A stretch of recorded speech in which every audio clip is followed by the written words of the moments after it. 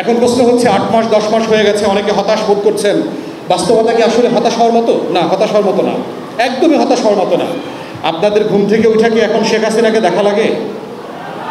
এর থেকে বড় শান্তি আর কি আছে? আপনাদের শেখ মুজিবের জিকির আজকার শোনা লাগে বিটিভি খুললে? বিটিভিতে এখন বাতাবি লেবুর চাষ হয়, তো বাতাবি লেবুর চাষ হয় না, এটাই তো শান্তি। আপনাকে আপনার সীমান্তে বিজিবি কি আগের মতোই নপুংসক হয়ে থাকে, না বাবুল কৃষক যে বাবুল কাস্তির মতো করে সবাই ওখানে বসে লড়াই করতেছে পাড়ায় মহল্লায়? অতএব হতাশ হওয়ার মতো কিছু নাই এখানে। যেটা হচ্ছে এর মানে এটা না সব হয়ে গেছে। আমার হতাশ হওয়ার মতো যেমন কিছু নাই, রাষ্ট্র পুনর্গঠনের যে লড়াই চলছে এটা চলতে হবে। একটা গল্প বলে শেষ করি, সেটা হচ্ছে চীনের, যেটা আমি অনেক জায়গাতে বলি, চীনে একটা উপত্যকা ছিল যেটা পাহাড় ঘেরা ছিল। পাহাড়টার কারণে যেটা হতো, ওই উপত্যকায় কোনো সূর্যের আলো আসতো না, চারপাশ অন্ধকার থাকবার কারণে, এবং কোনো ফসল জন্মাতো না, পানি ছিল না।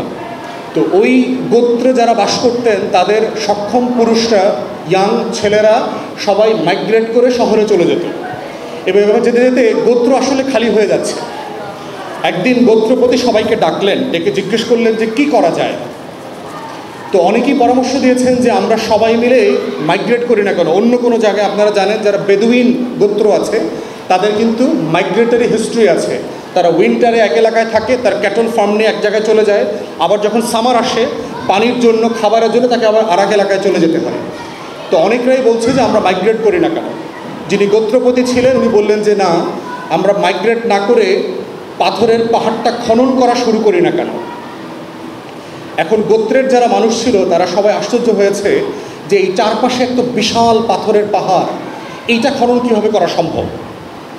তো তখন গোত্রপতি বললেন, যদি তোমরা কেউ রাজি নাও হও, আমি এই পাথর কাটা আমি নিজে শুরু করব, এবং আমি আমার ছেলে মেয়েদেরকে বলে যাব সবাই যেন প্রজন্মর পরে প্রজন্মান্তরে যেন এই পাথর কাটা কন্টিনিউ করে। এবং ঠিকই তাই করলেন। এই পাথর কাটতে কাটতে জেনারেশন আফটার জেনারেশন একদিন ঠিকই সেই পাথরের পাহাড়টা কাটা হয়ে গেছে।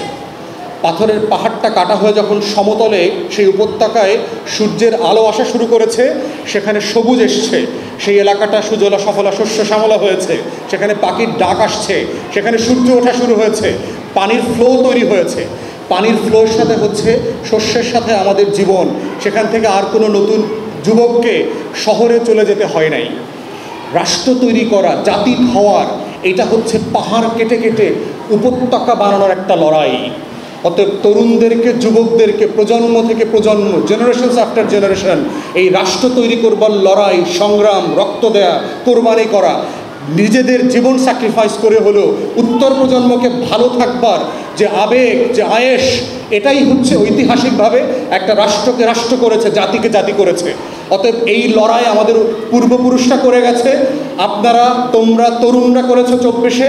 আমাদের উত্তর পুরুষের জন্য বাংলাদেশকে বাংলাদেশ বানানোর, এই জাতিকে জাতি বানানোর যে পাহাড় খননের কাজ চলছে, উপত্যকাকে সবুজ বানানোর কাজ চলছে, সূর্যের আলো এনে সেখানে ফুল ফোটাবার যে লড়াই চলছে, এই লড়াইটা চালিয়ে যেতেই হবে। এটাই একমাত্র শর্ত আগামী দিনের বাংলাদেশকে বিচারহীনতার সংস্কৃতি থেকে ফিরায় এনে আমার স্বপ্নের সেই বাংলাদেশ 2, 1400 শহীদদের দায় দরদের রাজনীতির নতুন রাজনৈতিক বন্দোবস্ত কায়েম করা সম্ভব। সেই লড়াইটাই সবাই মিলে চালিয়ে যাব। সবাইকে অসংখ্য ধন্যবাদ। আসসালামু আলাইকুম।